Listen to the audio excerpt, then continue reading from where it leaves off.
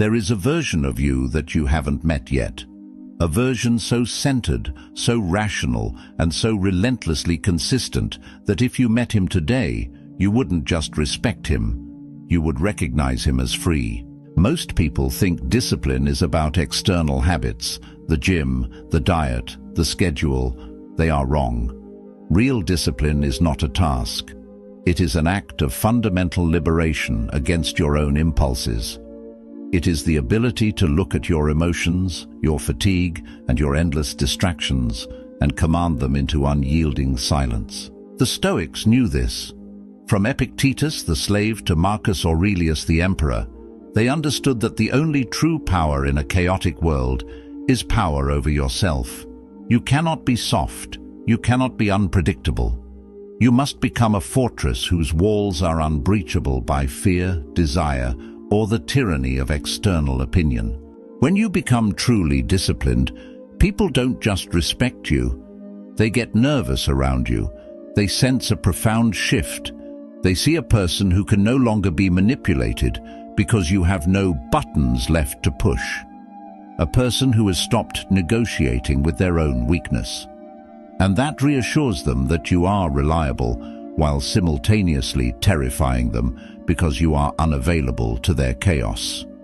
You are no longer part of the emotional roller coaster. You are here because you are tired.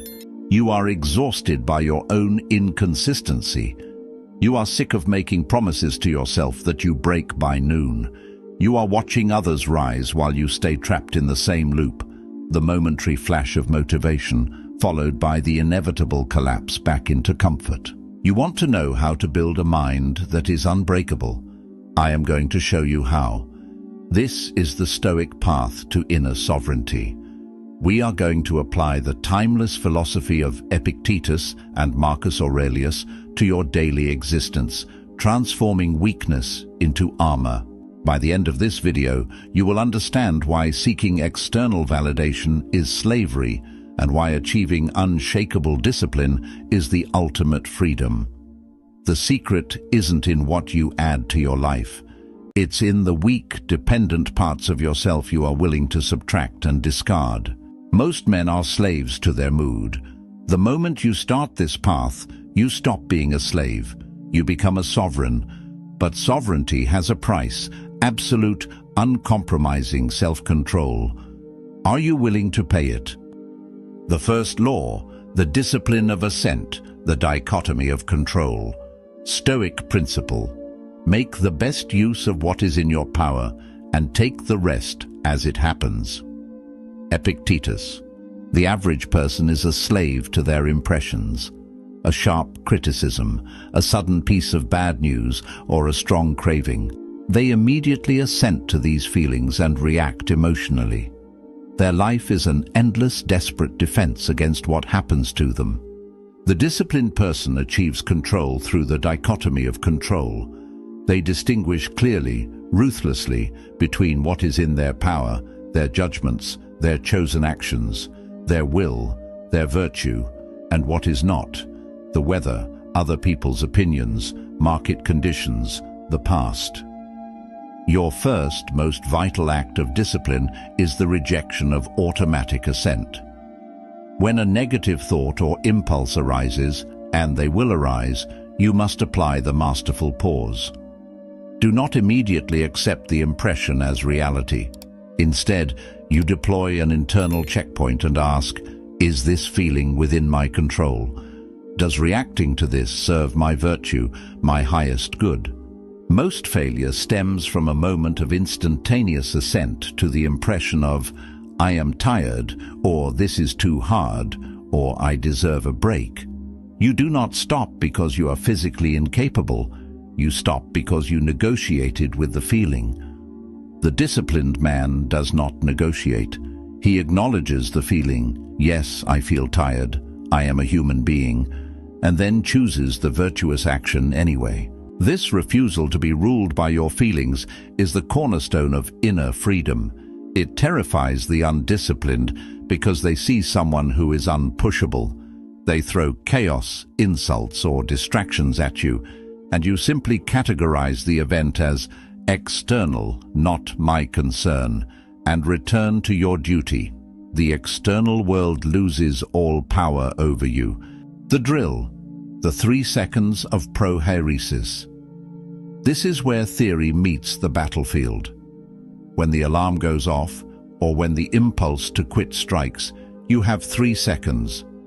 In that gap, apply your prohairesis, faculty of choice.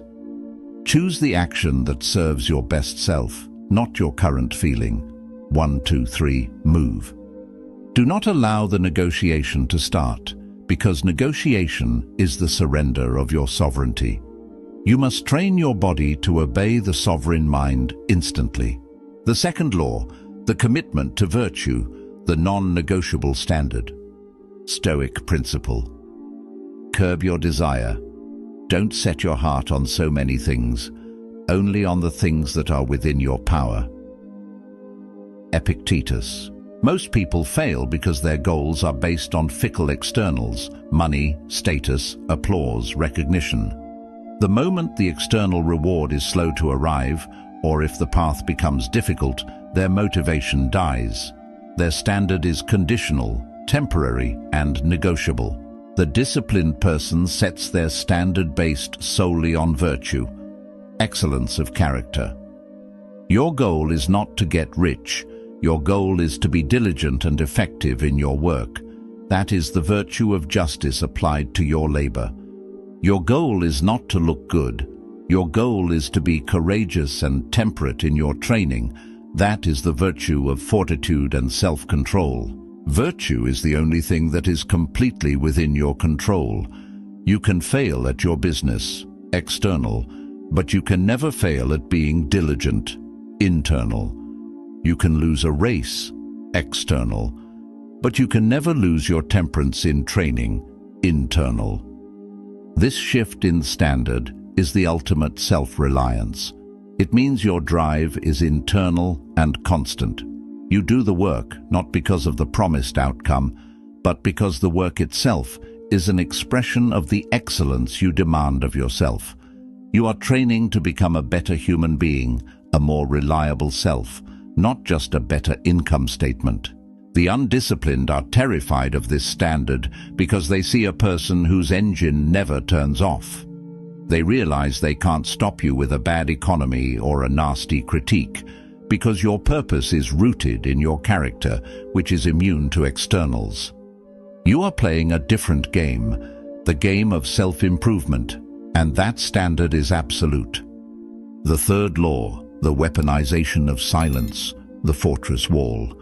Stoic principle. Guard your tongue in your youth, and you will learn to govern it in your old age. Silence is a form of self-control. Zeno of Citium. The undisciplined man broadcasts his life.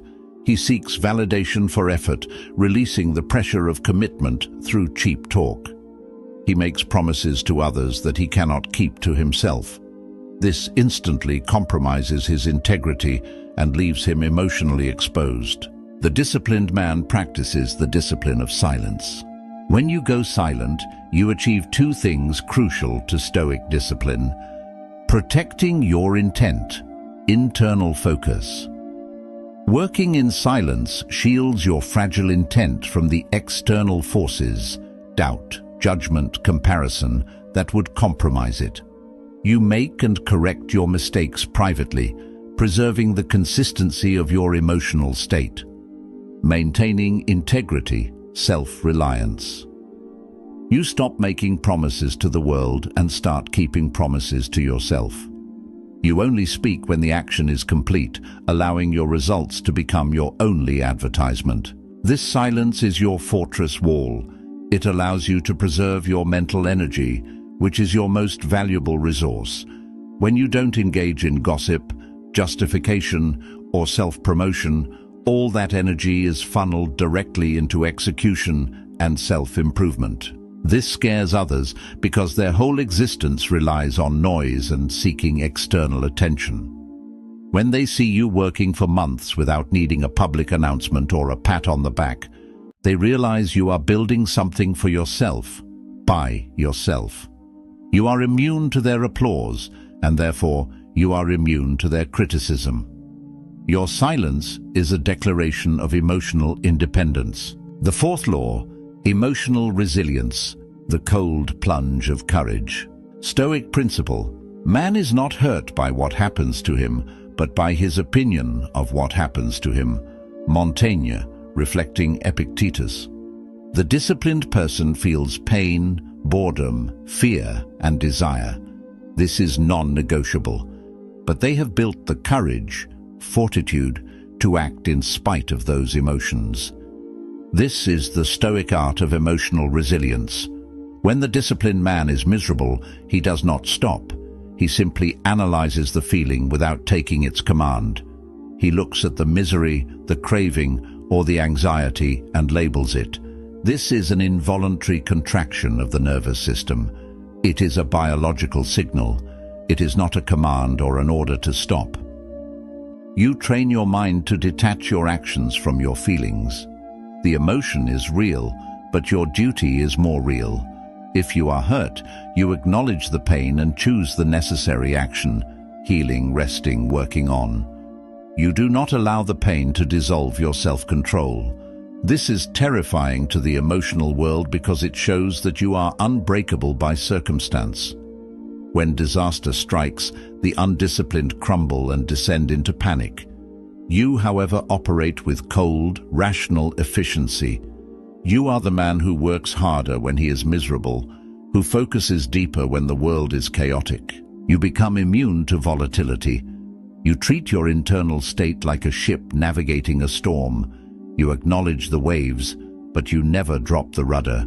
You hold steady and continue the course determined by reason and principle, not fear or mood. Your stability becomes your defining characteristic. The fifth law, the practice of premeditatio malorum, weaponized expectation, Stoic principle. He who has anticipated the coming of trouble takes away its strength. Nothing unexpected will befall him. Seneca. The average person is utterly destroyed by surprise. When failure, loss, or pain arrives unexpectedly, their mental systems shut down. They become disorganized, panicked, and erratic, consuming valuable time with shock and despair. The disciplined person practices premeditatio malorum, the premeditation of evils.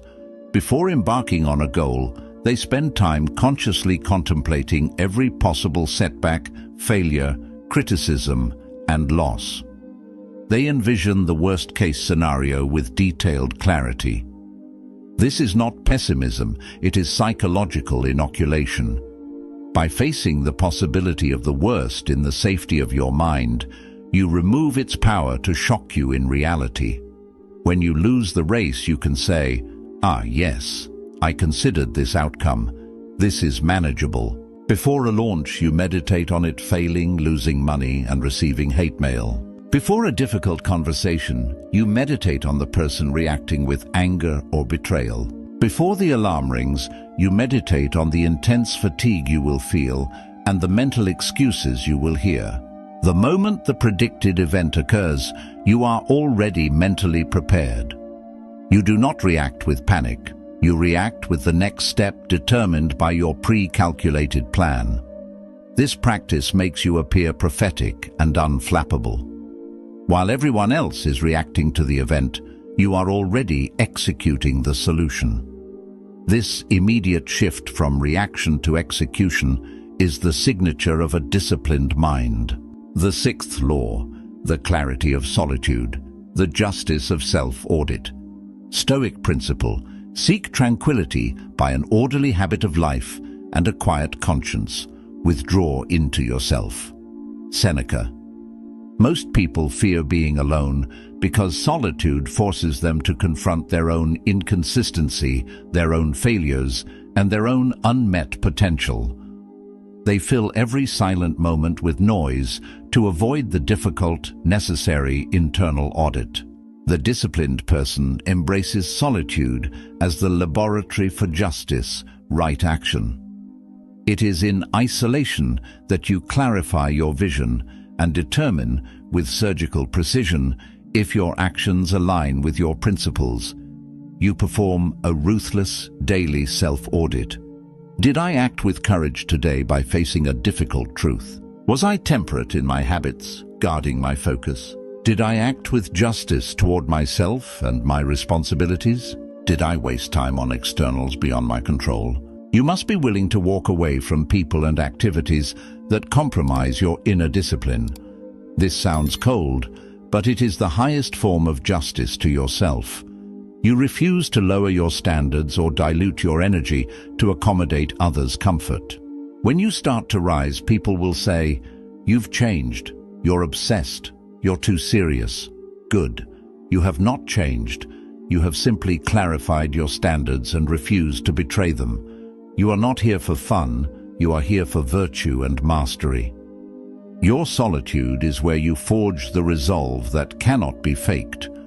People sense a person who does not need them, who is self-contained, and that self-sufficiency, that profound internal resource, is the ultimate sign of mastery. The seventh law, the guarding of time and attention, the temperance of focus. Stoic principle. While we are postponing, life speeds by. This is the greatest loss. Seneca. The average person is tragically generous with their time and attention, the only resources they can never regenerate. They give it freely to cheap distractions, endless scrolling, needless justifications, and the emotional demands of others. This is a profound lack of temperance, self-control. The disciplined person views their time and attention as sacred and finite. They practice ruthless subtraction. They remove everything that does not contribute to their mission or their virtue. They are inaccessible without purpose. They are brief and direct in communication. They refuse to engage in debates or arguments about things they cannot control, politics, gossip, past events. You must become ruthless with your time. Every second you spend arguing with an idiot, scrolling social media, or seeking emotional comfort is a second you have stolen from your future excellence. Guard your time like a dragon guards gold. When people realize that your time is expensive, they stop wasting it. When they realize your attention is rare, they value it. This self-control over your focus is what makes you an outlier. While the world is addicted to speed and distraction, you move with deliberate focus and purpose. You are not fighting the world. You are simply refusing to be drawn into its chaos. You are operating on a different temporal and mental plane, which the undisciplined can only observe with confusion. The eighth law, the death of the need for liking, the final freedom. Stoic principle, curb your desire. Don't set your heart on so many things, especially the approval of others. Epictetus. The final highest pillar of Stoic discipline is the death of the need for external approval. The undisciplined man is a slave because his worth is determined by the shifting, unreliable opinions of others. He is perpetually seeking to please masters who can never be satisfied. You must undergo the death of the old self, the version of you that needs to be liked, that apologizes for having ambition, that seeks a pat on the back. This is the hardest part because it is the death of ego comfort. You will be misunderstood. You will be called cold, obsessed, or distant. This is the tax you pay for inner freedom. The Stoic man is content with his own self-audit. His reward is his quiet conscience and the knowledge that he acted in accordance with virtue. He does not need your applause, and therefore he does not fear your criticism. When you walk into a room, you do not seek validation, you seek duty. You see the world as a place for action and responsibility, not a stage for performance. You walk with the look of a person who has conquered his own mind, the look of a person who is free. This is the freedom of the sovereign. You are out in the cold. You are hungry, but you are free. The ninth law, the unwavering practice of memento mori, the urgency of action. Stoic principle. You could leave life right now. Let that determine what you do and say and think. Marcus Aurelius. The average person constantly postpones discipline. They believe they have an unlimited reserve of time.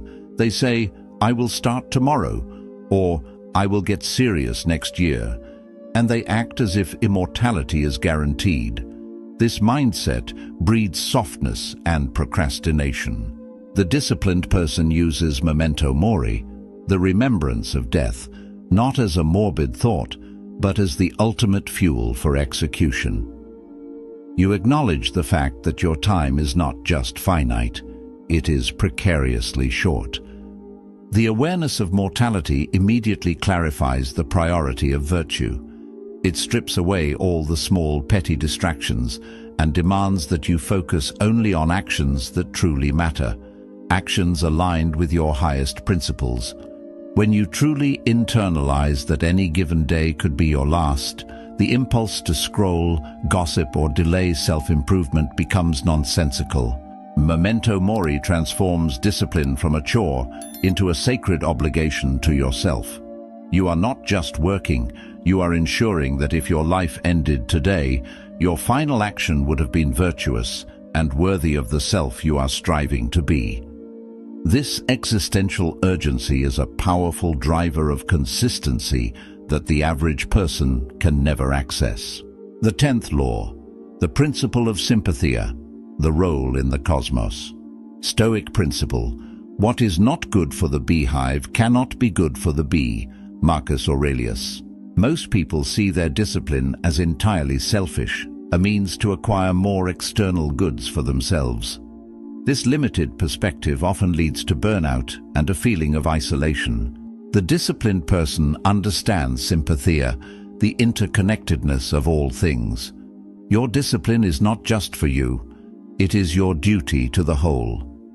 Your commitment to diligence makes you a reliable partner, employee, or leader, benefiting your community. Your commitment to rationality makes you a calm presence in a crisis, benefiting those around you. Your commitment to courage allows you to uphold justice and resist temptation, benefiting the social fabric. This realization is the final, unshakable layer of motivation. You are not only defending your fortress, but you are defending your assigned post in the human community. When you are tempted to quit, you remind yourself, by quitting, I am not just failing myself, I am failing the whole. I am betraying my role. This sense of universal duty creates a wellspring of quiet, profound strength. It ensures that your discipline is not brittle or dependent on personal gain, but enduring because it serves a purpose far greater than yourself. Conclusion: the declaration of sovereignty. The world is getting softer, the world is getting louder. This is your advantage. While they get weaker, you get harder. While they get distracted, you get focused. While they seek comfort, you seek the edge. You have the 10 laws of Stoic self-mastery. These laws are the blueprint for building a mind that is truly unbreakable. You will be unbreakable, not because you are trying to be scary, but because you are a mirror reflecting everything they are too cowardly to become, a person in complete control of their own mind. Let them stare, let them whisper, you have work to do. Comment below, I choose the cold path. And if you want to continue this journey into the deep psychology of virtue and enduring strength, if you want to fortify your mind and achieve true self-mastery, subscribe to the channel, turn on the notification bell. We are just getting started. The old you is dead. Now go build the unshakable one.